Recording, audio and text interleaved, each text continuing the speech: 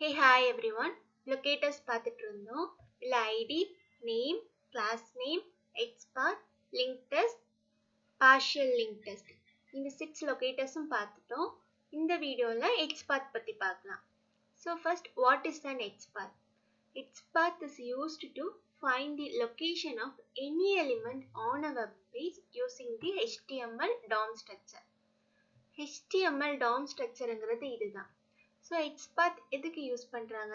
ஒரு வெப் பேஜில் இருக்கிற ஒரு எலிமெண்ட்டை வந்து லொக்கேட் பண்ணுறதுக்கு யூஸ் பண்ணுறாங்க.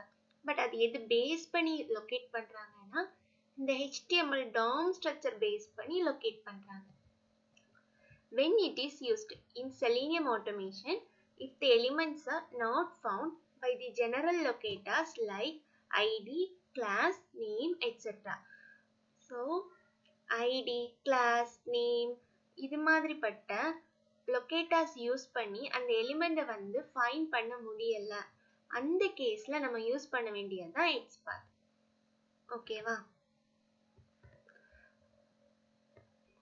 டைப்ஸ் ஆஃப் எக்ஸ்பாத் பார்க்கலாம். Absolute XPath, relative XPath. Absolute எக்ஸ்பாத்னா entire path to the required note.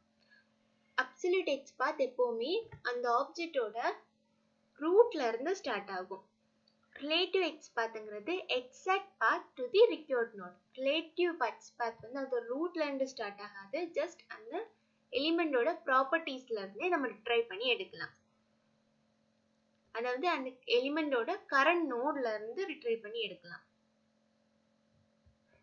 Okay, first absolute எக்ஸ்பாத். Absolute எக்ஸ்பாத் பத்தி பார்க்கலாம். Absolute Xpath which begins from the root node of the document. ஓகேவா? இங்க பாருங்க, இத கொடுத்திருக்காங்க பாரு /html. ஸோ இது வந்து ஒரு அப்சல்யூட் எக்ஸ்பாத். இன்புட்டுங்கிறத நமக்கு தேவைப்படுற எலிமெண்ட். இந்த எலிமெண்ட்டை எந்த இடத்துல இருந்து அதை எடுத்திருக்கு, அதோட ரூட்ல இருந்தே ஸ்டார்ட் பண்ணியிருக்கு. பாருங்க, HTMLங்கிறது அதோட ரூட். இங்க இருந்து அந்த எலிமெண்ட் வரைக்கும் அது வந்து ஃபைண்ட் பண்ணிட்டு வந்திருக்கு.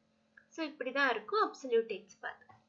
Absolute Xpath ஓட ஒரு மேஜர் drawback என்னதுன்னா, the major drawback of Absolute Xpath is that if there are any changes in the element path, then the Xpath will fail. இப்போ இது வந்து என்ன பண்ணிருக்கு, ரூட் நோட்ல இருந்து அந்த எலிமெண்ட் வரைக்கும் அது ஃபைண்ட் பண்ணிருக்கு. இந்த எக்ஸ்பாத்ல இந்த எக்ஸ்பாத் பாத் இருக்கு பாத்தீங்களா, இதுல ஏதாவது ஒரு சின்ன சேஞ்ச் வந்தாலும் இந்த எக்ஸ்பாத் வந்து ஃபெயில் ஆயிரும். ஸோ இதுதான் அப்சல்யூட் எக்ஸ்பாத்தோட மேஜர் டிராபேக். இப்போ ரிலேட்டிவ் எக்ஸ்பாத். ரிலேட்டிவ் எக்ஸ்பாத்ங்கிறது என்னது, அந்த கரண்ட் நோட்ல இருந்து எடுக்கக்கூடியதான் ரிலேட்டிவ் எக்ஸ்பாத். ஒரு ரிலேட்டிவ் எக்ஸ்பாத் எழுதுறதுக்கான சின்டாக்ஸ் வந்து double forward slash take name open square bracket at attribute equal to அதோட வேல்யூ சிங்கிள் கோட்டுக்குள்ள கொடுத்துட்டு ஸ்கொயர் பிராக்கெட்டை க்ளோஸ் பண்ணிடுவோம். இப்போ இந்த சைட் பாருங்க, இன்புட் இதுதான் ஒரு HTML டேக். இது ஒரு எலிமெண்டோட HTML டேக். இதுல டேக் நேம்ங்கிறது எது, இன்புட்ங்கிறது தான் டேக் நேம். அதுக்கப்புறம் டைப், கிளாஸ், நேம் இதெல்லாம் அட்ரிபியூட். இதுல இமெயில், இன்புட் டெக்ஸ்ட் இதெல்லாம் அட்ரிபியூட்டோட வேல்யூ. ஸோ இது பேஸ் பண்ணி எப்படி ஒரு ரிலேட்டிவ் எக்ஸ்பாத் வந்து எழுதுறோம்னு பார்க்கலாம். ஓகே, ஃபர்ஸ்ட் ரிலேட்டிவ் எக்ஸ்பாத் எழுதுறதுக்கு என்னது, டபுள் ஃபார்வர்ட் ஸ்லாஷ் போடணும். இங்க பாருங்க, டபுள் ஃபார்வர்ட் ஸ்லாஷ். தென் என்ன வேணும், டேக் நேம் வேணும். இதுல இருக்கிற டேக் எது, இதுதான் இன்புட். ஸோ இன்புட்ங்கிறது டேக் நேமா கொடுத்துட்டோம். தென் open square bracket at attribute. இதுல ஏதாவது ஒரு அட்ரிபியூட் பேஸ் பண்ணி நம்ம ஃபைண்ட் பண்ணணும். இதுல வந்து ஐடி இருக்கு. ஸோ அதனால என்ன பண்றோம், அட் ஐடி ஈக்குவல் டுன்னு கொடுத்துட்டு அட்ரிபியூட்டோட வேல்யூ கொடுக்கணும். வேல்யூ என்னது, இமெயில். ஐடியோட வேல்யூ என்னது, இமெயில். ஸோ அதை வந்து சிங்கிள் கோட்டுக்குள்ள கொடுத்துட்டு ஸ்கொயர் பிராக்கெட் வந்து க்ளோஸ் பண்ணிட்டாங்க. ஸோ இங்க மேல இருக்கு பாத்தீங்களா, double quotes input at ID is equal to email. இது வந்து ஒரு ரிலேட்டிவ் எக்ஸ்பாத். இப்போ difference between absolute XPath and relative XPath, இது மேஜரா இன்டர்வியூ கொஸ்டின்ஸா வரும். ஓகே, அப்சல்யூட் எக்ஸ்பாத்துக்கும் ரிலேட்டிவ் எக்ஸ்பாத்துக்கும் இருக்கிற மேஜர் டிஃபரன்சஸ். ஸோ ஃபர்ஸ்ட் வந்து absolute எக்ஸ்பாத் start from the root node. நான் சொன்ன மாதிரி அதோட ரூட்ல இருந்து ஸ்டார்ட் பண்ணும் absolute XPath. Relative Xpath directly jumps to the element on the DOM. Relative Xpath வந்து அந்த current nodeல இருந்து நம்மளால find பண்ண முடியும். Then it starts with a single slash. ஓகேவா? சிங்கிள் ஃபார்வர்ட் ஸ்லாஷ் வச்சு தான் அப்சல்யூட் எக்ஸ்பாத் இருக்கும். இங்க பாத்தீங்களா, இங்க எக்ஸாம்பிள்ல கொடுத்துருக்காங்க ஸ்லாஷ் HTML. இது வந்து சிங்கிள் ஸ்லாஷ் தான் யூஸ் பண்ணியிருப்பாங்க. பட் ரிலேட்டிவ் எக்ஸ்பாத்துக்கு எப்பவுமே டபுள் ஸ்லாஷ் யூஸ் பண்ணுவாங்க. முன்னாடி பாத்தீங்கன்னா double slash. And in Absolute Xpath we use only tags and nodes. Absolute Xpathல just இங்க tag யூஸ் பண்ணிருக்காங்க. Then இந்த 1 2 ன்னு இருக்கு பாத்தீங்களா, அது வந்து node. So இந்த tags and nodes மட்டும் தான் யூஸ் பண்ணுவாங்க.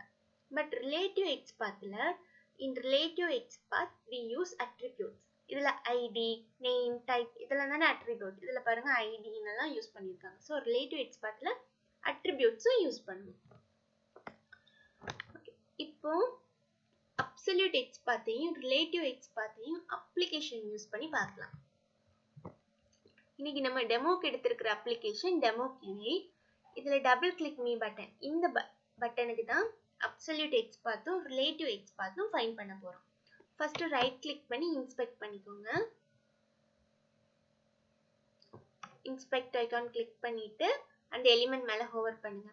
ஹோவர் பண்ணோம்னா அதோட ப்ராப்பர்ட்டிஸ் வந்து ரைட் சைடு வந்து டிஸ்ப்ளே ஆகும்.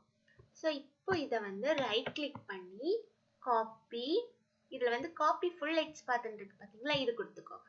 இது கொடுத்துட்டு நோட் பேட்ல இது என்னது Absolute Xpath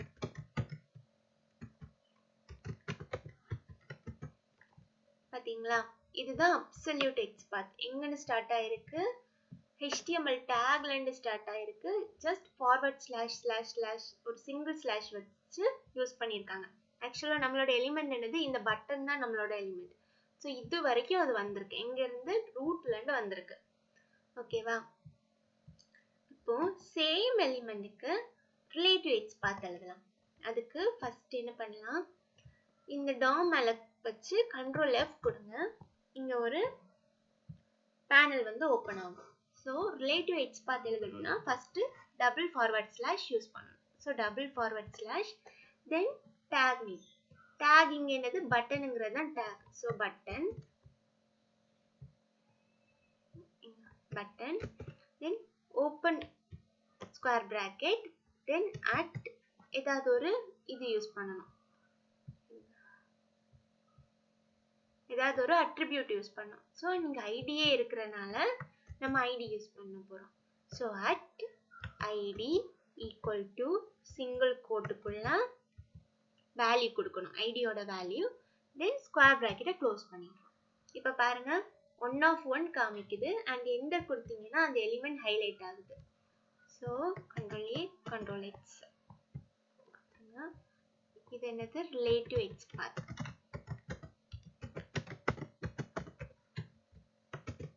டபுள் கிளிக் மீங்கிற அந்த வெப் எலிமெண்டோட Absolute Xpath இது அண்ட் ரிலேட்டிவ் எக்ஸ்பாத் வந்து இது. ரிலேட்டிவ் எக்ஸ்பாத் எழுதுறதுக்கே நிறைய டிஃப்ரெண்ட் வேஸ் இருக்கு. ஃபங்க்ஷனல் எக்ஸ்பாத், கண்டிஷனல் எக்ஸ்பாத், அப்படி நிறைய இருக்கு. So different types of relative XPath எப்படி எழுதுறதுங்கிற நெக்ஸ்ட் வீடியோல பார்க்கலாம். ஸோ இந்த வீடியோக்கு அவ்வளோதான். வீடியோ இன்ஃபர்மேட்டிவா இருந்துச்சுன்னா சப்ஸ்கிரைப் பண்ணுங்க, ஷேர் பண்ணுங்க. தேங்க்யூ.